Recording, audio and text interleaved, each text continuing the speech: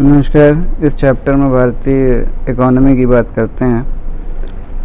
2007-8 से अमेरिका और यूरोप के देशों में इकोनॉमिक क्राइसिस चल रही है। ये सबसे ख़राब इकोनॉमिक क्राइसिस है। ग्रेट डिप्रेशन 1930 का हुआ, उसके बाद से इन सब की वजह से इंडियन इकोनॉमी में भी शुरुआत में थोड़ी दिक्कतें आई थी। स्टैग्नेशन आया था डिमांड में, एक्सपोर्ट डिमांड भी कम हुई थी।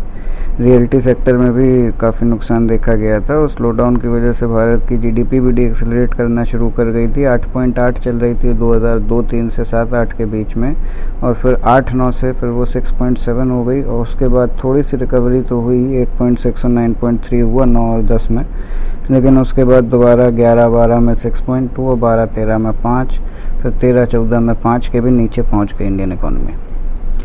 लेकिन हम लोग बात बिल्कुल शुरुआत इतिहास से करते हैं। तो भारत की इकोनॉमी दुनिया की चौथी सबसे बड़ी इकोनॉमी है वर्ल्ड बैंक के हिसाब से, और इंडिया की इकोनॉमी बड़े दूसरे इकोनॉमीज़ में पीछे है। 11-12 में 58.2% वर्किंग पॉपुलेशन एग्रीकल्चर और अलाइड एक्टिविटीज़ में जुड़ी थी, जिसमें नेशनल इनकम में जिसका योगदान 17.5% ही था। ये बैकवर्डनेस का इंडिकेटर है, क्योंकि यूके में 1% और यूएसए में 4% लोग ही एग्रीकल्चर में जुड़े हैं। फ्रांस में 7%, ऑस्ट्रेलिया में 6%। सिर्फ बैकवर्ड देशों में एग्रीकल्चर में ज़्यादा लोग जुड़े होते हैं। इंडिपेंडेंस के बाद से बेसिक स्ट्रक्चर इकोनॉमी का स्ट्रॉन्ग रहा है, और 8% तक डेवलपमेंट 8-9 तक हम लोग पहुँच गए थे। तो इसके मेन एस्पेक्ट्स इंडियन इकोनॉमी के क्या हैं जो हमें वहाँ तक लेके गई? अग्रेरियन इकोनॉमी है, 6 साल के बाद भी अभी जो नंबर बताए उतने हैं, और जीडीपी में इसका कंट्रीब्यूशन 14.1% था 11-12 में। मिक्स्ड इकोनॉमी है, पब्लिक और प्राइवेट सेक्टर का मिक्स्ड पार्टिसिपेशन है। पहले प्लानिंग चलती थी काफ़ी ज़्यादा, तब 45% कैपिटल पब्लिक सेक्टर में लगता था गवर्नमेंट का, लेकिन उसके बाद से प्राइवेट सेक्टर के हाथ में भी 80%, जो कि अब जिसकी वैल्यू हो गई है, काफ़ी आ गया। ये सब लिबरलाइजेशन के बाद हुआ, जब कैपिटलिस्ट इकोनॉमी या मार्केट इकोनॉमी के सामने हम लोग बढ़े। फिर ये डेवलपिंग इकोनॉमी भी है हम लोग की। नेशनल इनकम भारत की बहुत कम है इंटरनेशनल स्टैंडर्ड्स के हिसाब से। पर कैपिटा $1180 ही थी 2009 में, जो कि बहुत कम है। और डेवलप्ड देशों के सामने भारत में 26 करोड़ लोग जो हैं, या 26.1% पॉपुलेशन जो है वो पॉवर्टी लाइन के नीचे है। अनएम्प्लॉयमेंट बहुत ज़्यादा है। अनएम्प्लॉयमेंट स्ट्रक्चरल नेचर में है, बहुत ज़्यादा हम लोग नौकरियां नहीं बना पाते हैं। डिस्गाइज्ड अनएम्प्लॉयमेंट की रूरल एरियाज़ में एक बड़ी प्रॉब्लम है। अगर कोई 273 दिन साल के काम करता है और हर दिन 8 घंटे, तब उसे एम्प्लॉयड माने जाना चाहिए, लेकिन भारत में वैसा नहीं है। भारत में सेविंग्स बहुत कम है, क्योंकि नेशनल इनकम बहुत कम है। कंजम्पशन एक्सपेंडिचर बहुत ज़्यादा है, इसलिए कैपिटल फॉर्मेशन नहीं होता है। प्रोडक्शन के लिए कैपिटल की ज़रूरत बहुत ज़्यादा होती है। लैक ऑफ कैपिटल और रिसोर्सेज की वजह से हम लोग का ग्रॉस डोमेस्टिक सेविंग जो है भारत की 2008 में वो एक हाई लेवल पे पहुंची थी 38%, और ग्रॉस कैपिटल फॉर्मेशन 39.7% हुआ था। भारत दुनिया की सेकंड सबसे ज़्यादा पॉपुलेटेड कंट्री है।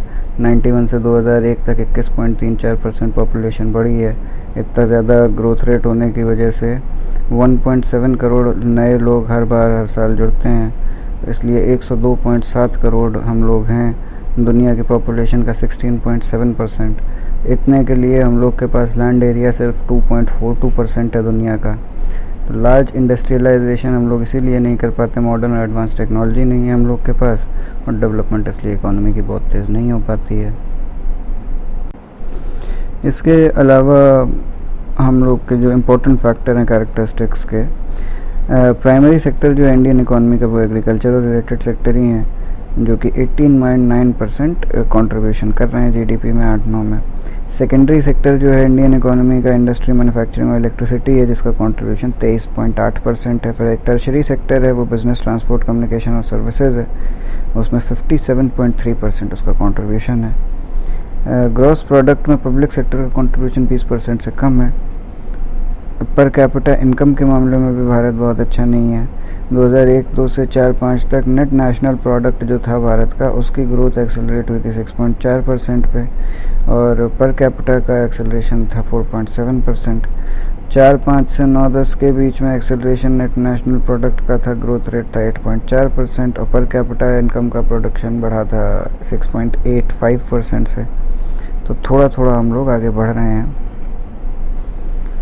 हम लोग के मेन जो चीज़ें हम लोग पास natural resources, capital gain, skilled labour force, surplus sale of agriculture, justified social organisation, political freedom, freedom from corruption, technological knowledge और जनरल एजुकेशन, ये चीज़ें होनी चाहिए। एग्रीकल्चर की बात कर लेते हैं। मेन स्टे है इंडियन इकोनॉमी का। एग्रीकल्चर सेक्टर का कैपिटल फॉर्मेशन जीडीपी में गिरा है 1.92% जो हुआ करता था 90s में, 1.28% हो गया है, और 6-7 तक आते हैं तो 2.12% हुआ है, थोड़ा सा बढ़ा है। एग्रीकल्चर एलीट सेक्टर कंट्रीब्यूट करते हैं 18% नेशनल इनकम में, जो कि ग्रॉस नेशनल इनकम भारत की होती है, और 60% पॉपुलेशन इस पर डिपेंडेंट है। एग्रीकल्चर का आउटपुट मानसून पे 60% एरिया रेनफॉल डिपेंडेंट है। लैंड यूटिलाइजेशन 92.9% हो चुका है। मतलब टोटल एक्सपोर्ट अर्निंग जो भारत की हैं उसमें एग्रीकल्चर 10.6% कंट्रीब्यूट करता है, 9-10 में उसने किया। इस तरह से हर एक दशक के हिसाब से किस तरह ड्रॉप आया है जीडीपी में कंट्रीब्यूशन में एग्रीकल्चर सेक्टर का। 50-51 वाले दशक में था 56.5%, 70-71 में 45.9%, 90-91 में 34%, 2007-8 में 17.8%, फिर 8-9 में 15.7 तक पहुंच गया। ये CSO का डेटा बताता है इस तरह की चीज़। नेशनल इकोनॉमी में इसका काफ़ी इम्पोर्टेंस है, क्योंकि इंडिया का transport system movement agricultural goods का ही करता है। एग्रीकल्चर का ग्रोथ का पॉवर्टी इरेडिकेशन पे भी डायरेक्ट इम्पैक्ट होगा। एग्रीकल्चरल वेजेस और एम्प्लॉयमेंट जनरेशन में भी इसका बहुत काम है। इसमें अभी क्राइसिस चल रही है, फूड ग्रेन सरप्लस हो रहा है, वीट का इंपोर्ट हो रहा है, लेबर सुसाइड, फार्मर्स की सुसाइड लगातार हो रही हैं, और जो एलाइड सेक्टर है हॉर्टिकल्चर, एनिमल हस्बेंड्री, डेयरी और फिशरी, इसको भी बहुत यूज़ किया जा सकता है रूरल मासेस के एम्प्लॉयमेंट के लिए। इकोलॉजिकल बैलेंस के लिए सस्टेनेबल और बैलेंस डेवलपमेंट होना चाहिए इन सेक्टर्स का। 10वें प्लान में एग्रीकल्चर सेक्टर को मेंटेन करने के लिए फूड सिक्योरिटी वगैरह की बात कही गई थी। 9th प्लान में 2.1% का एग्रीकल्चर का ग्रोथ रेट का जो टारगेट था वो 4% अचीव किया गया था। 11वें में भी 4% था। यहाँ पे mainly oil seed crop, sugar, fibre, narcotic और बेवरेज नाम की कमर्शियल क्रॉप्स भी बनाई जाती हैं। Government minimum support price agriculture crops के लिए बताती है। एग्रीकल्चर कॉस्ट और प्राइस कमीशन ACPC जो है वो मिनिमम सपोर्ट प्राइस बताती है गवर्नमेंट के बिहाफ पे। तो MSP के लिए ACPC है, agriculture cost and price commission. Minimum support price जो गवर्नमेंट बताती है वो है जिस पे गवर्नमेंट क्रॉप परचेज करती है फार्मर से डायरेक्टली, अगर क्रॉप की प्राइस MSP से नीचे चली जाती है। National cooperative development warehousing board है एक, वो 56 में बनाया गया था। सेंट्रल वेयर हाउसिंग कॉरपोरेशन है जो 57 में बनाया गया था। वो एग्रीकल्चरल प्रोडक्ट्स की शॉर्टेज के समय पे ये फैसिलिटीज़ प्रोवाइड करता है। हाई यील्डिंग वैरायटी सीड्स की प्रोग्राम थी IADP का, उसने टारगेट सेट किया था डेवलपमेंट के लिए।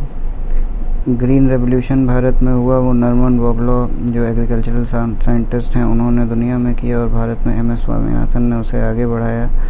और अमेरिकन डॉक्टर विलियम गांड का भी नाम इसमें लेना ज़रूरी है। 65, 66 और 66-67 में काफ़ी फैमन आई थी। एग्रीकल्चरल पॉलिसी को चेंज किया गया, हाई यील्डिंग वैरायटी लाए गए और एग्रीकल्चर प्रोडक्शन बढ़ाया गया। भारत दुनिया का सबसे ज़्यादा मिल्क प्रोडक्शन करने वाला देश है, और मिल्क प्रोडक्शन लेवल में 108.5 मिलियन हम लोग ton per year milk produce कर रहे हैं 8-9 में, और पहले ये 53.9 था 90-91 में। तो पिछले 18 साल में लगभग दुगने का इसमें डिफरेंस दिखा है। ये वाइट रेवोल्यूशन की देन है। वाइट रेवोल्यूशन ऑपरेशन फ्लड एक स्टार्ट किया गया था उस समय, फादर ऑफ ऑपरेशन फ्लड थे डॉक्टर वर्गीस कुरियन। इसमें बफलो, काऊ और गोट का जो मिल्क प्रोडक्शन में कंट्रीब्यूशन है वो है 50, 46 और 45%। Operation flood dairy development program दुनिया का सबसे बड़ा था। नेशनल डेयरी डेवलपमेंट बोर्ड 1970 में बनाया गया था जब इंदिरा गांधी प्रधानमंत्री थी, उससे ये ऑपरेशन फ्लड आगे बढ़ा। ऑयल सीड के प्रोडक्शन के बढ़ाने के लिए येलो रेवोल्यूशन जिम्मेदार माना जा सकता है। इस फ्रेश प्रोडक्शन के लिए ब्लू रेवोल्यूशन। आसाम में भारत में सबसे ज़्यादा टी प्रोड्यूस होती है। कॉफ़ी प्रोडक्शन में भारत दुनिया का 6ठे नंबर पे है, 4% दुनिया की कॉफ़ी। क्यूबा के बाद जिसे शुगर बाउल कहते हैं, उसके बाद हम लोग के यहाँ पे भी काफ़ी चीनी का प्रोडक्शन होता है। बीट रूट का जो बनता है शुगर केन, भारत का नंबर 1 है पोजीशन प्रोडक्शन में शुगर केन और शुगर की। इसके बाद एग्रीकल्चर प्रोडक्शन हम लोग का जैसे मानसून पर डिपेंड करता है, तो 2 पार्ट्स में हो सकता है, फूड ग्रेन या नॉन फूड ग्रेन का प्रोडक्शन। फूड ग्रेन का 2/3 है, नॉन फूड ग्रेन का 1/3 है, 100, और इसका 31% था टोटल आउटले का। इस तरह हर बार कितना कितना रहा, थोड़ा थोड़ा फ़र्क आता गया परसेंटेज में। दूसरे में 20, तीसरे में 21, चौथे में 23, पाँचवें में 22, छठे में 24, सातवें में 22, आठवें में 21, नवें में 20.5, 10वें में 20.5 और 11वें में 18.5। इस तरह से हम लोग के प्लान्स में एग्रीकल्चर के लिए पैसा दिया जाता रहा। लैंड रिफॉर्म प्रोग्राम जो भारत में हुए, उनमें इंटरमीडियरी का एलिमिनेशन, टेनेंसी के रिफॉर्म्स हुए, पर फैमिली होल्डिंग पे सीलिंग्स लगी, सरप्लस लैंड जो था वो लैंडलेस लोगों को मिला, होल्डिंग्स का कंसोलिडेशन या चकबंदी हुई। पहले 5 ईयर प्लान में मिडलमैन हटाए गए, छोटे एरियाज़ को छोड़ के और जगहों से। फार्मर बेटरमेंट के लिए टैक्स रेगुलेशन, फार्मर राइट्स की security, land ownership right farmers का, ये सब दिया गया। 2 मेन मेजर्स लिए गए, लैंड सीलिंग और चकबंदी, रीऑर्गेनाइजेशन करने के लिए एग्रीकल्चरल लैंड का। लैंड सीलिंग जो है मैक्सिमम लैंड जो एक फार्मर के पास हो सकती है वो बताता है, उससे ज़्यादा होना इलीगल है। चकबंदी का मतलब है एग्रीगेट करना डिवाइडेड और ब्रोकन लैंड को। जो लैंड 1 हेक्टेयर से कम एरिया की थी उसे मार्जिनल लैंड होल्डिंग कहा गया, 1 से 4 को स्मॉल और 4 से ज़्यादा को लार्ज। चकबंदी इम्प्लीमेंट भारत में पहली बार 1920 में बड़ौदा में की गई थी। भारत का इरिगेशन पोटेंशियल 9.47 करोड़ हेक्टेयर था 2000-2001 में। ग्रीन रेवोल्यूशन तीसरे 5 ईयर प्लान में शुरू हुआ था। सबसे पॉजिटिव इफेक्ट ग्रीन रेवोल्यूशन का गेहूं पे हुआ, जो 500% प्रोडक्शन जिसका बढ़ा। अनऑर्गेनाइज सोर्स जो एग्रीकल्चर फाइनेंस और मनी लेंडिंग और money dealer, relative businessman, landlord और कमीशन एजेंट्स लेते हैं। ऑर्गेनाइज में cooperative committees, cooperative bank, commercial bank, RRB, government है। पहली कोऑपरेटिव क्रेडिट ऑर्गेनाइजेशन 1904 में बनी। प्राइमरी कोऑपरेटिव कमेटी क्रेडिट देती हैं शॉर्ट पीरियड के लिए। स्टेट कोऑपरेटिव एग्रीकल्चर और रूरल डेवलपमेंट बैंक हैं लॉन्ग पीरियड लोन्स देने के लिए। Land development bank long term loans देते हैं। लैंड डेवलपमेंट बैंक इस्टेब्लिश हुआ था 1919 में लैंड मॉर्गेज बैंक के नाम से। अब national bank for agricultural and rural development NABARD apex body है रूरल क्रेडिट के लिए। ये 12 जुलाई 1982 में बनी थी एग्रीकल्चर क्रेडिट डिपार्टमेंट के रिकन्स्ट्रक्शन से। एग्रीकल्चर एंड डेवलपमेंट कॉरपोरेशन जो थी रिजर्व बैंक ऑफ इंडिया की, उसमें से शिवरामन कमेटी ने इसको रिकमेंड किया था। और ऑथराइज शेयर कैपिटल नाबार्ड की थी 500 करोड़ रुपए, लेकिन अमेंडमेंट उसमें हुआ, उसके बाद वो 5000 करोड़ की कर दी गई 1 फरवरी 2001 से। सेंट्रल गवर्नमेंट ने 3 पर्पसेस के लिए फूड स्टॉक को मेंटेन करती है। बफर स्टॉक नॉर्म जो है फूड सिक्योरिटी को, उसको मेंटेन करने के लिए।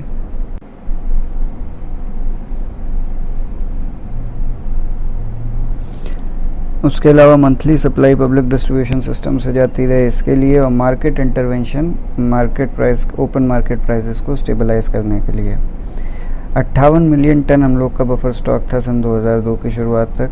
भारत के मेजर क्रॉप्स हैं खरीफ, जो जुलाई में बोई जाती है, अक्टूबर में काटी जाती है। उसमें आता है राइस, जवार, बाजरा, मेज़, कॉटन, शुगर केन, सोयाबीन और ग्राउंड नट, तो नट्स हैं और कुछ सीरियल हैं। राबी जो अक्टूबर में बोई जाती है और मार्च अप्रैल में काटी जाती है। इसमें आता है वीट, बार्ले, ग्राम, तूर, रेपसीड और मस्टर्ड। फिर है ज़याद जो मार्च में बोई जाती है और जून में काटी जाती है। इसमें वाटरमेलन, वेजिटेबल और मूंग। फिर आते हैं भारत की नेशनल इनकम में। ये कितना सर्विसेज और गुड्स का इकोनॉमिक सिस्टम में फ़्लो है वो चेक करने का मेजरमेंट है। नेशनल इनकम और नेशनल वेल्थ में आपस में कंपैरिजन करके देख लेते हैं। नेशनल वेल्थ है प्रेजेंट एसेट्स जो अवेलेबल हैं किसी भी समय पे वो, और नेशनल इनकम है production power of economic system एक समय पे। नेशनल इनकम का फाइनेंशियल ईयर पे बेस्ड होता है, 1 अप्रैल से 31 मार्च का बेस ऑफ 1 ईयर लिया जाता है नेशनल इनकम निकालने के लिए। डेटा एस्टिमेशन इंडिया की नेशनल इनकम का सेंट्रल स्टैटिस्टिकल ऑर्गेनाइजेशन इशू करती है। अब फॉर्मूले नेशनल इनकम निकालने के, नेशनल इनकम ली जाती है gross national product at market price. इसमें से जब हम लोग नेट फॉरेन इनकम निकालते हैं तो निकल के आता है gross domestic product at market price. उसमें से अगर डिप्रिसिएशन माइनस कर दें तो net domestic product at market price, और उसमें से अगर इनडायरेक्ट नेट टैक्सेस माइनस कर दें तो net domestic product at factor cost निकल के आ जाएगा। Gross national product at market price में से अगर डिप्रिसिएशन माइनस कर देते हैं तो net national product at market price आ जाएगा। जब भी ग्रॉस से नेट में जाना होगा सिर्फ डिप्रिसिएशन माइनस करना होता है, और मार्केट प्राइस से फैक्टर कॉस्ट पे जाना होगा तो इनडायरेक्ट नेट टैक्सेस माइनस करते होते हैं। और अगर फॉरेन से नेशनल पे जाना होगा, मतलब कि ग्रॉस नेशनल प्रोडक्ट से ग्रॉस डोमेस्टिक प्रोडक्ट पे आना होगा, जीएनपी से जीडीपी, तो नेट फॉरेन इनकम हमेशा माइनस कर देनी है। 3 चीज़ें खास हैं जो हमेशा करनी है। इसके अलावा gross national product at market price से अगर gross national product at factor cost आना है तो इनडायरेक्ट नेट टैक्सेस माइनस कर देना है, फिर उसमें से नेट फॉरेन इनकम माइनस कर देंगे तो gross domestic product at factor cost आ जाएगा। उसमें से अगर डिप्रिसिएशन माइनस कर देंगे तो net domestic product at factor cost आ जाएगा। Gross national product at factor cost में से डिप्रिसिएशन माइनस करेंगे तो net national product at factor cost आ जाएगा। तो इस तरह दोनों चीज़ निकाल सकते हैं। फिर आ जाते हैं इसके बाद इकोनॉमिक प्लानिंग में।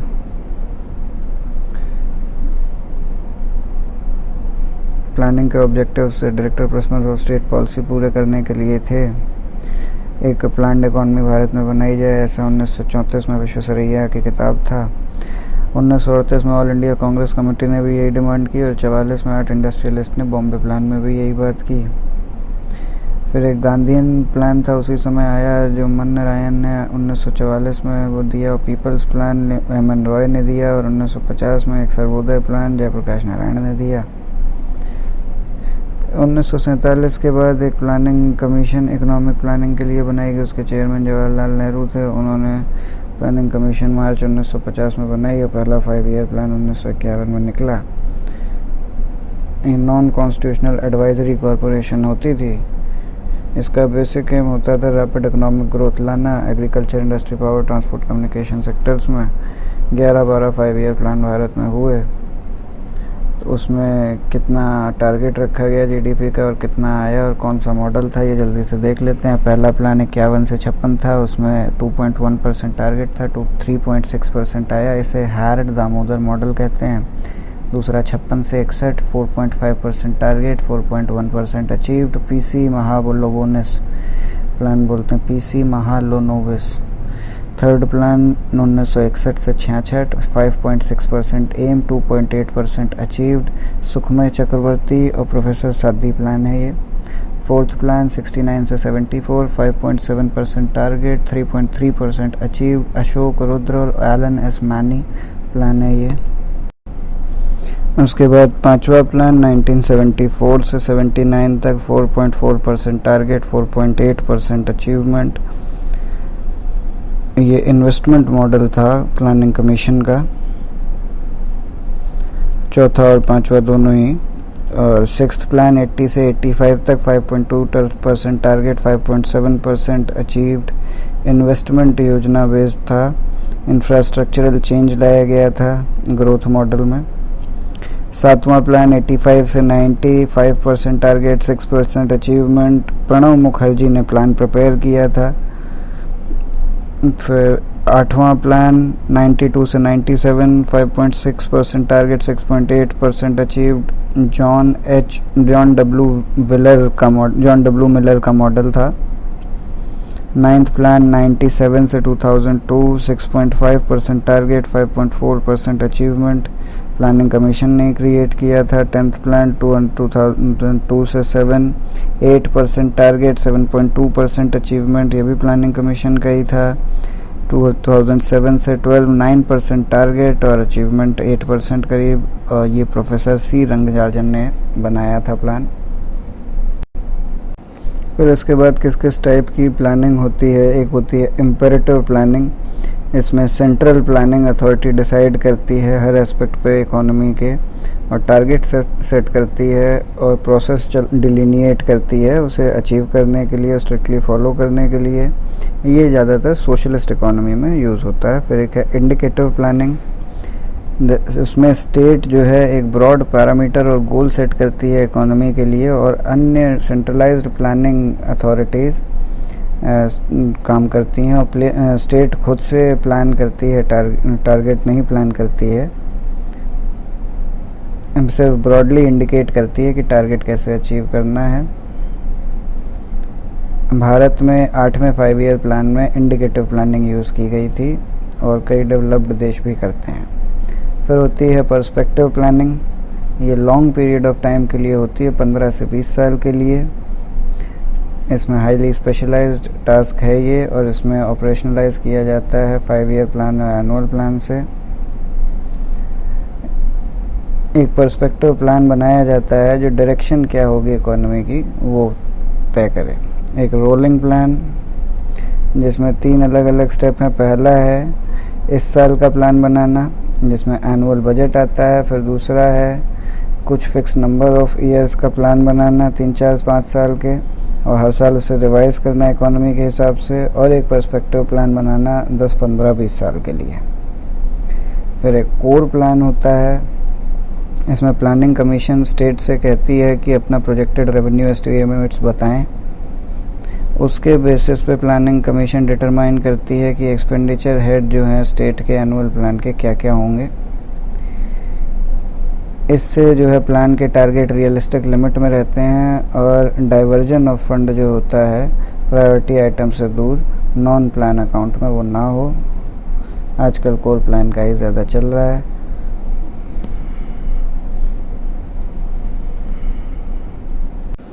इसके बाद है प्लानिंग कमीशन के स्ट्रक्चर और फंक्शन। ये सेंट्रल बॉडी है इंडिया में प्लानिंग की, प्लानिंग कमीशन। ये 15 मार्च 1950 को बनी थी। Prime minister ex officio chairman है इस कमीशन का।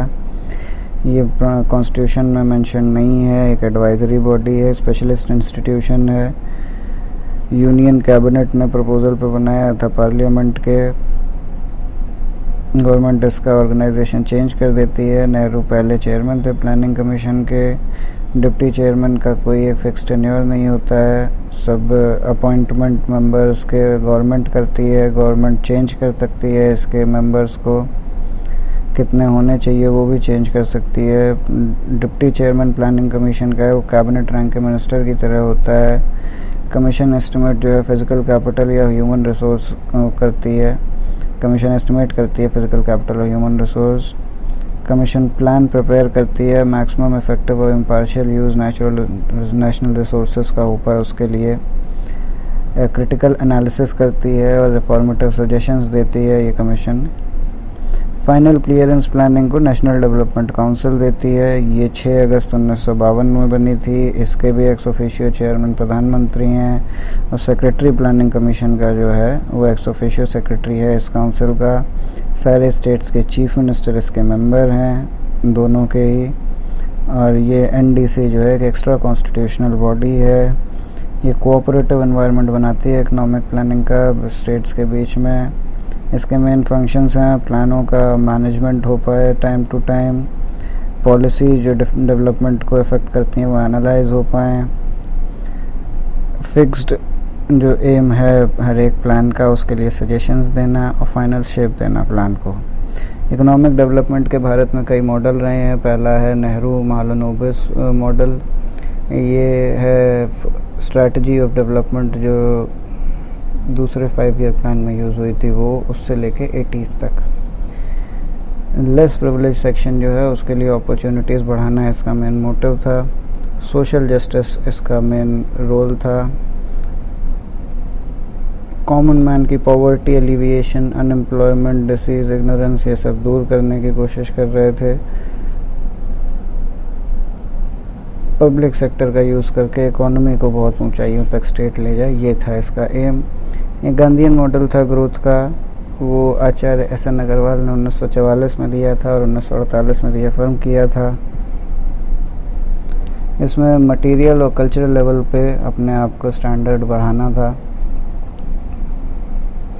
गांव की जो इकोनॉमिक कंडीशंस थी वहाँ पे साइंटिफिक डेवलपमेंट, एग्रीकल्चर का उपाय, कॉटेज विलेज इंडस्ट्री का उपाय।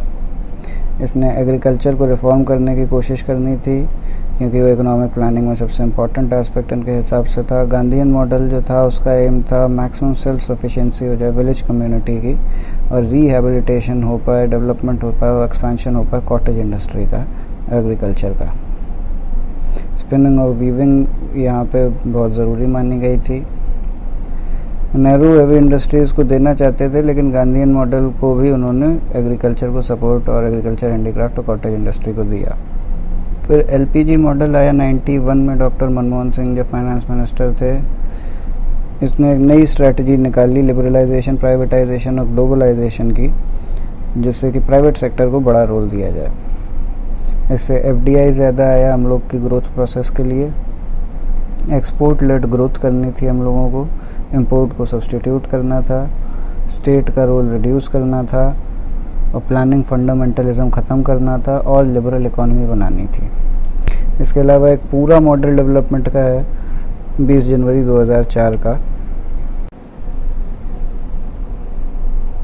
ये इस पूरा मॉडल में ये कहा जाता है कि ग्रॉस बजटरी सपोर्ट दिया जाएगा रूरल अर्बन डिवाइड कम करने के लिए, सोशल इकोनॉमिक डेवलपमेंट के लिए। अब्दुल कलाम आज़ाद जब राष्ट्रपति थे तब उन्होंने विजन 2020 दिया था पॉवर्टी इरेडिकेशन के लिए और providing urban amenities in rural area पूरा का फुल फॉर्म। गांधी ने एक्सप्लॉयटेशन इन रूरल सोसाइटी में बात पहले ही कही थी, उसी को कलाम ठीक करना चाहते थे। पॉपुलेशन ट्रांसफ़र के बिना इकोनॉमिक डेवलपमेंट कैसे हो, ये इसका कॉन्सेप्ट था। सोशल और इकोनॉमिक इंफ्रास्ट्रक्चर बनाने के लिए और कंड्यूसिव क्लाइमेट इन्वेस्टमेंट का प्राइवेट सेक्टर का रूरल एरियाज़ में उपाय इसके लिए करना था। गांधीयन मॉडल ऑफ डेवलपमेंट से ये अपनी इंस्पिरेशन लेता है। नियो गांधीयन है एक सेंस में, रूरल रीजनरेशन जिससे कि हो पाए और मॉडर्न एमिनिटीज़ रूरल एरिया में पहुंच पाए। एम्प्लॉयमेंट, एनलार्जमेंट ऑफ एम्प्लॉयमेंट इसका मेन ऑब्जेक्टिव है। कई रूरल एक्टिविटीज़ को मैन पावर करने के लिए है। 11वें प्लान में 248 करोड़ पूरा स्कीम को इम्प्लीमेंट करके पब्लिक प्राइवेट पार्टनरशिप के थ्रू दी गई थी। एक समस्या अनएम्प्लॉयमेंट की है या गेनफुल एम्प्लॉयमेंट। अगर नहीं कोई, इसकी डेफिनेशन अनएम्प्लॉयमेंट की क्या होगी? जिसको गेनफुली एम्प्लॉयमेंट ना मिल पाए हो किसी प्रोडक्टिव एक्टिविटी में, वो आदमी अनएम्प्लॉयड है। लेकिन ये दो तरह का हो सकता है, वॉलंटरी या अनवॉलंटरी। सेकंड जो कैटेगरी है उसी को हम लोग अनएम्प्लॉयड पर्सन कहते हैं। जब कोई विलिंग टू वर्क है और उसके बाद भी प्रिवेलिंग वेज लेवल पे उसे नौकरी नहीं मिल पा रही है। भारत जैसे डेवलपिंग देशों में अनएम्प्लॉयमेंट इफ़ेक्टिव डिमांड के डेफिशिएंसी की वजह से है नहीं है, बल्कि कैपिटल इक्विपमेंट की शॉर्टेज की वजह से है। भारत का अनएम्प्लॉयमेंट स्ट्रक्चरल है क्योंकि प्रोडक्टिव कैपेसिटी और रिसोर्सेज यहाँ पे हैं नहीं। कई तरह के अनएम्प्लॉयमेंट हो सकते हैं। साइक्लिक, डिप्रेशन की वजह से इकॉनमी में। फ्रिक्शनल, ये टेम्पररी होता है जब नई इंडस्ट्री पुरानी इंडस्ट्री को हटा देती हैं और बेहतर जॉब आती हैं। फिर ओपन अनएम्प्लॉयमेंट है कि जिसके पास कोई काम नहीं होता है जबकि वो काम करना चाहते हैं। फिर एक सीजनल होता है, वो कुछ समय के लिए आता है जब वर्कलोड कम होता है और लोग बिना काम के रह जाते हैं। जैसे कि खेती की नज़र से देखा जाए तो पिछली हार्वेस्ट और अगली बुआई के बीच का जो समय होता है। एजुकेटेड अनएम्प्लॉयमेंट है, वो अर्बन एरियाज़ में होता है। जो एजुकेटेड लोग वहाँ पे रहते हैं उनको नौकरी नहीं मिल पाती अगर तो। अंडर एम्प्लॉयमेंट या डिस्गाइज्ड एम्प्लॉयमेंट ये तब होता है जब प्रोडक्शन में लोग कम कंट्रीब्यूट कर पा रहे हैं जितनी उनकी कैपेबिलिटी है उससे। जैसे इंजीनियर है, अगर वो क्लर्क का काम कर रहा है तो वो। कंपल्सरी अनएम्प्लॉयमेंट होता है जिसमें लेबर पावर जो काम करना चाहती है लेकिन उसको काम मिलता नहीं है करंट रेट पे। फिर सीजनल, जिसमें फार्मर या फार्म लेबर के नॉन क्रॉप सीजन में। नवे 5 ईयर प्लान में 3.6 फ्रेश अनएम्प्लॉयड लोगों को नौकरी मिलने का समय आया है। एक लक्कड़ वाला फार्मूला है, वो उसके हिसाब से प्लानिंग कमीशन 11 मार्च 97 से अनएम्प्लॉयमेंट का डेटा निकालता है। और ये जो सर्वे करके ये डेटा कलेक्शन का काम है नेशनल सैंपल सर्वे ऑर्गेनाइजेशन करती है। 8वें प्लान में 1 करोड़ एम्प्लॉयमेंट अपॉर्चुनिटीज़ बनाने का संकल्प था और अब इस साल 5 करोड़ 30 लाख और इसके आगे 9वें प्लान में उसके आगे 5 करोड़ 30 लाख बनानी थी। जो ये NASO का डेटा होता है ये जनरल स्टेटस ऑफ अनएम्प्लॉयमेंट बताता है। इसमें पता चलता है कि वो जो अनएम्प्लॉयड लोग हैं 1 साल से ज़्यादा समय से, वो लॉन्ग टर्म अनएम्प्लॉयमेंट होगा। एक वीकली अनएम्प्लॉयमेंट होता है जिनको कि 1 घंटे का काम भी नहीं मिला है पिछले 1 हफ्ते में वो, और डेली अनएम्प्लॉयमेंट यही सबसे सिंपल है कि रोज़ जिसको काम नहीं मिल पा रहा है। जो मेन कारण है वो है इकोनॉमिक डेवलपमेंट ना हो पाना, पॉपुलेशन ज़्यादा होना, पुरानी टेक्निक यूज़ करना, एजुकेशन सिस्टम बेकार होना और गवर्नेंस प्लानिंग का इफ़ेक्ट ना पड़ पाना जनता पे। 10वें 5 ईयर प्लान में लेबर फोर्स की ग्रोथ जो हुई, जॉब अपॉर्चुनिटीज़ बननी चाहिए थी 5 करोड़ 30 लाख लोगों की 97 से 2002 में ऐसा कहा गया था, और 2002 से 2007 5 करोड़ 80 लाख और फिर 2007 से 12 5 करोड़ 50 लाख। अब जो डेवलपमेंट के प्रोग्राम बनाए गए एम्प्लॉयमेंट के डेवलपमेंट के, उनको एक नज़र देख लेते हैं। कम्युनिटी डेवलपमेंट प्रोग्राम 1952 में शुरू किया रूरल एरियाज़ के में पीपल पार्टिसिपेशन के लिए। फिर एक intensive agricultural development program IADP 1960-61 में शुरू किया गया, लोन देने के लिए, सीड फर्टिलाइज़र और टूल देने के लिए फार्मर्स को। फिर इंटेंसिव एग्रीकल्चर एरिया प्रोग्राम 64-65 में स्पेशल हार्वेस्ट को डेवलप करने के लिए। High yielding variety program HYVP 66-67 में फूड प्रोडक्टिविटी बढ़ाने के लिए और लेटेस्ट वैरायटी इनपुट के क्रॉप्स के यूज़ करने के लिए। इंडियन टूरिज़्म डेवलपमेंट कॉरपोरेशन बनाई गई अक्टूबर 66 में होटल और गेस्ट हाउस बनाने के लिए जगह जगह। एक ग्रीन रेवोल्यूशन किया गया 66-67 में फूड ग्रेन बनाने के लिए, मेनली वीट। ये MS स्वामीनाथन ने भारत में इसमें काम किया, नोबेल लॉरिएट नॉर्मन बोरलॉ का रोल था।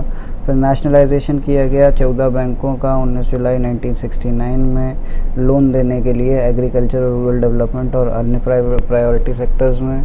फिर एम्प्लॉयमेंट गारंटी स्कीम बनी महाराष्ट्र में 72-73 में, इकोनॉमिकली वीकर सेक्शन जो रूरल सोसाइटी का था उसकी मदद करने के लिए। फिर accelerated rural water supply program ARWSP बना 72-73 में, ड्रिंकिंग वाटर पहुंचाने के लिए गाँवों तक। फिर small farmer development agency SFDA बनी 74-75 में, टेक्निकल और फाइनेंशियल असिस्टेंस देने के लिए छोटे फार्मर्स को। फिर command area development program CADP शुरू हुआ 74-75 में, बेटर और रैपिड यूटिलाइजेशन कर पाने के लिए इरिगेशन कैपेसिटीज़ का मीडियम और लार्ज प्रोजेक्ट्स में। 20 पॉइंट प्रोग्राम TPP 1975 में शुरू हुआ पॉवर्टी इरेडिकेशन और स्टैंडर्ड ऑफ लिविंग बढ़ाने के लिए। फिर national institution of rural development NIRD शुरू हुआ 1977 में, ट्रेनिंग और इन्वेस्टिगेशन और एडवाइजरी के लिए रूरल डेवलपमेंट की। फिर डेजर्ट डेवलपमेंट प्रोग्राम DDP शुरू हुआ 77-78 में, डेजर्ट एक्सपेंशन को रोकने के लिए और एनवायरमेंटल बैलेंस बनाए रखने के लिए। फिर फूड फॉर वर्क प्रोग्राम शुरू हुआ FWP 77-78 में, फूड ग्रेन पहुंचाने के लिए लेबर को और डेवलपमेंट काम के लिए। फिर अंत्योदय योजना 77-78 में शुरू हुए सबसे गरीब परिवारों और इकोनॉमिकली इंडिपेंडेंट बनाने के लिए, ये मेनली राजस्थान में ही हो पाई। फिर training rural youth for self employment TRYSEM करके योजना शुरू हुई अगस्त 1979 में। फिर integrated rural development programme IRDP शुरू हुआ 2 अक्टूबर 1980 को, रूरल पुअर के ऑलराउंड डेवलपमेंट के लिए और सेल्फ एम्प्लॉयमेंट के लिए। फिर national rural employment programme NREP शुरू हुआ 1980 में, प्रॉफिटेबल एम्प्लॉयमेंट देने के लिए रूरल पुअर को। फिर development of women and child in rural areas DWCRA शुरू हुआ सितंबर 82 में, सेल्फ एम्प्लॉयमेंट महिलाओं के लिए और बिलो पॉवर्टी लाइन के ऊपर लाने के लिए। Rural landless employment guarantee program RLEGP शुरू हुआ 15 अगस्त 1993 को, लैंडलेस फार्मर और लेबर को एम्प्लॉयमेंट देने के लिए। फिर self employment to educated unemployed youth SEEUY शुरू हुआ 1983-84 में फाइनेंशियल और टेक्निकल असिस्टेंस देने के लिए सेल्फ एम्प्लॉयमेंट की। फिर farmer agriculture service centre FASC शुरू किए गए 1983-84 में इम्प्रूव्ड एग्रीकल्चरल इंस्ट्रूमेंट और टूल किट इस्तेमाल करने के लिए। फिर national fund for rural development NFRD शुरू हुआ फरवरी 1984 में 100% टैक्स डिबेट देने के लिए डोनर्स को और फाइनेंशियल असिस्टेंस देने के लिए रूरल डेवलपमेंट प्रोजेक्ट की। फिर industrial reconstruction bank of India IRBI शुरू हुआ मार्च 1985 में फाइनेंशियल असिस्टेंस देने के लिए सिक और क्लोज्ड इंडस्ट्रियल यूनिट्स को। फिर कॉम्प्रहेंसिव क्रॉप इंश्योरेंस स्कीम शुरू हुई 1 अप्रैल 1985 को इंश्योरेंस के लिए एग्रीकल्चरल क्रॉप्स की। फिर council for advancement of peoples action rural technology का पार्ट जिसका हेडक्वार्टर नई दिल्ली में वो शुरू हुई 1 सितंबर 1986 को रूरल प्रॉस्पेरिटी में असिस्टेंस के लिए। फिर self employment program for urban poor SEPUP शुरू हुआ सितंबर 86 में सेल्फ एम्प्लॉयमेंट देने के लिए अर्बन पुअर को सब्सिडी के थ्रू बैंक क्रेडिट के थ्रू। फिर formation of securities and security exchange board of India SEBI का फॉर्मेशन होता है अप्रैल 1988 में इन्वेस्टर और कैपिटल मार्केट के सेफगार्ड के लिए और शेयर मार्केट को रेगुलेट करने के लिए। फिर जवाहर रोज़गार योजना शुरू होती है 1 अप्रैल 89 को एम्प्लॉयमेंट देने के लिए रूरल अनएम्प्लॉयड लोगों को। नेहरू रोज़गार योजना शुरू होती है अक्टूबर 89 में अर्बन अनएम्प्लॉयमेंट के लिए। फिर agriculture and rural development relief scheme ARDRS शुरू होती है 90 में बैंक लोन एग्जेम्पशन के लिए जो 10,000 से कम उम्र के हैं, जो 10,000 से कम वैल्यू के हैं, जो रूरल और आर्टिजान और वीवर्स को दिए गए।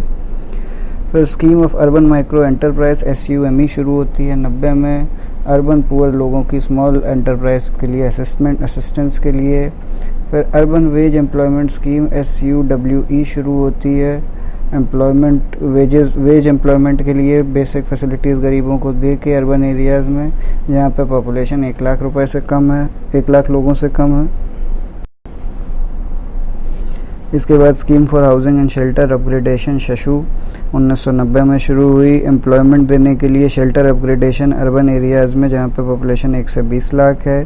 फिर supply of improve tool kits to urban artisan शुरू हुई जुलाई 1992 में मॉडर्न टूल किट सप्लाई करने के लिए रूरल क्राफ्टमैन्स को, वीवर, टेलर, एम्ब्रॉयडर और टोबैको लेबरर्स जो लोग BPL के नीचे हैं उनके अलावा। फिर एम्प्लॉयमेंट अश्योरेंस स्कीम ये शुरू हुई 2 अक्टूबर 93 को एम्प्लॉयमेंट देने के लिए 100 दिन का 1 साल में गाँव में। फिर members of parliament local area development scheme MPLAD शुरू हुई दिसंबर 23, 1993 को 5 करोड़ पर ईयर दिए जाने लगा MPs को डेवलपमेंट वर्क्स के लिए थ्रू DMs जो होंगे उनके डिस्ट्रिक्ट में। फिर district rural development agency DRDA 1993 को शुरू की गई फाइनेंशियल असिस्टेंस देने के लिए रूरल डेवलपमेंट में। फिर महिला समृद्धि योजना 2 अक्टूबर 93 को शुरू की गई रूरल वुमेन को पोस्ट ऑफिस सेविंग अकाउंट बनाने के लिए और उसमें पैसा डिपॉजिट करने के लिए। फिर चाइल्ड लेबर एरेडिकेशन स्कीम शुरू हुई 15 अगस्त 94 को चाइल्ड लेबर हजार्डस इंडस्ट्रीज से निकाल के उन्हें स्कूल्स में भेजने की। Prime minister's integrated urban poverty eradication program PMIUPEP शुरू हुई 18 नवंबर 1995 को अर्बन पॉवर्टी को रोकने के लिए, जिससे 345 गाँव में जहाँ पे पॉपुलेशन 50,000 से 1 लाख है। Group life insurance scheme of rural areas शुरू हुई 95-96 में इंश्योरेंस फैसिलिटी देने के लिए रूरल पीपल को जो लो प्रीमियम पे।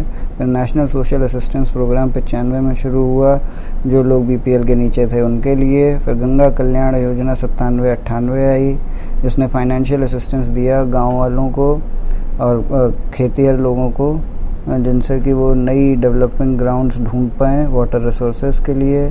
कस्तूरबा गांधी एजुकेशन स्कीम शुरू हुई 15 अगस्त 97 को लड़कियों के स्कूल स्टैब्लिश करने के लिए डिस्ट्रिक्ट्स में जहां पर फीमेल लिटरेसी रेट कम है। स्वर्ण जयंती शहरी रोजगार योजना SJSRY शुरू हुई दिसंबर 97 में गेनफुल एम्प्लॉयमेंट देने के लिए अर्बन अनएम्प्लॉयड और अंडर एम्प्लॉयड गरीबों को सेल्फ एम्प्लॉयमेंट और वेज एम्प्लॉयमेंट के थ्रू। फिर भाग्यश्री बाल कल्याण पॉलिसी शुरू हुई 19 अक्टूबर 98 को लड़कियों की कंडीशंस बेटर करने के लिए। फिर राजेश्वरी महिला कल्याण योजना RMKY अक्टूबर 1998 को शुरू हुई। इंश्योरेंस प्रोटेक्शन के लिए महिलाओं की। फिर अन्नपूर्णा योजना मार्च 99 में शुरू हुई, 10 kilo food grain senior citizen को पहुंचाने की जिन्हें पेंशन नहीं मिलती है। फिर स्वर्ण जयंती ग्राम स्वरोजगार योजना SJGSY शुरू हुई अप्रैल 99 में, पॉवर्टी रूरल एरिया की एलिमिनेट करने के लिए, अनएम्प्लॉयमेंट हटाने के लिए और सेल्फ एम्प्लॉयमेंट बढ़ाने के लिए। फिर जवाहर ग्राम समृद्धि योजना JGSY शुरू हुई अप्रैल 99 में, demand driven community village infrastructure बनाने के लिए। फिर जन श्री बीमा योजना शुरू हुई 10 अगस्त 2000 को, इंश्योरेंस सिक्योरिटी देने के लिए BPL लोगों को। प्रधानमंत्री ग्रामोदय योजना सन 2000 में शुरू हुई, बेसिक रिक्वायरमेंट जो रूरल एरिया की थी उनके लिए। फिर अंत्योदय अन्न योजना 25 दिसंबर 2000 को शुरू हुई, फूड सिक्योरिटी गरीबों के लिए। फिर आश्रय बीमा योजना जून 2001 में शुरू हुई, कंपनसेशन देने के लिए लेबरर्स को जिनकी नौकरी चली जाती है। फिर प्रधानमंत्री ग्राम सड़क योजना PMGSY 25 दिसंबर 2000 को शुरू हुई, रेलवेज तक गाँव तक पक्का रोड पहुंचाने के लिए। फिर खेतिहर मजदूर बीमा योजना 2001-2002 लैंडलेस एग्रीकल्चरल वर्कर्स की इंश्योरेंस के लिए। फिर शिक्षा सहयोग योजना 2001-2002 बच्चों जो पॉवर्टी लाइन के नीचे हैं उनकी एजुकेशन के लिए। फिर संपूर्ण ग्रामीण रोजगार योजना सितंबर 25 2001 एम्प्लॉयमेंट और फूड सिक्योरिटी गांव के लोगों तक पहुंचाने के लिए। जयप्रकाश नारायण रोजगार गारंटी योजना 2002-03 के बजट में बोली गई थी। फिर एम्प्लॉयमेंट गारंटी पुअर डिस्ट्रिक्ट्स के लिए। फिर स्वजल धारा योजना सन 2002 दिसंबर 2002 में शुरू हुई, ड्रिंकिंग वाटर गांव तक पहुंचाने के लिए सन 2004 तक। हरियाली परियोजना 2003 27 जनवरी 2003 प्रधानमंत्री ने की, इरिगेशन और ड्रिंकिंग वाटर की जो प्रॉब्लम है और ट्री प्लांटेशन और फिशरी के डेवलपमेंट के लिए रूरल एरियाज़ में। सोशल सिक्योरिटी पायलट स्कीम 23 जनवरी 2004 को शुरू की गई, फैमिली पेंशन और इंश्योरेंस और मेडिकल के लिए। वंदे मातरम स्कीम 9 फरवरी 2004 public private partnership pregnancy checkup के लिए। नेशनल फूड और वर्क प्रोग्राम 14 नवंबर 2004, ये 150 डिस्ट्रिक्ट्स में होना था, 100 दिन का एम्प्लॉयमेंट इसे देना था रूरल फोक को। फिर जननी सुरक्षा योजना 12 अप्रैल 2005 national maternity benefit scheme national rural health mission के अंदर आता है। भारत निर्माण योजना 16 दिसंबर 2005 रूरल इंफ्रास्ट्रक्चर बताने के लिए, irrigation, water supply, housing, road, telephone और इलेक्ट्रिसिटी में। फिर national rural employment guarantee program NREGP 2 फरवरी 2006 फूड और वर्क प्रोग्राम, इसमें 200 डिस्ट्रिक्ट्स में ये किया गया, 100 दिन का मिनिमम इनको वेज एम्प्लॉयमेंट देने के लिए, 100% सेंट्रली स्पॉन्सर्ड।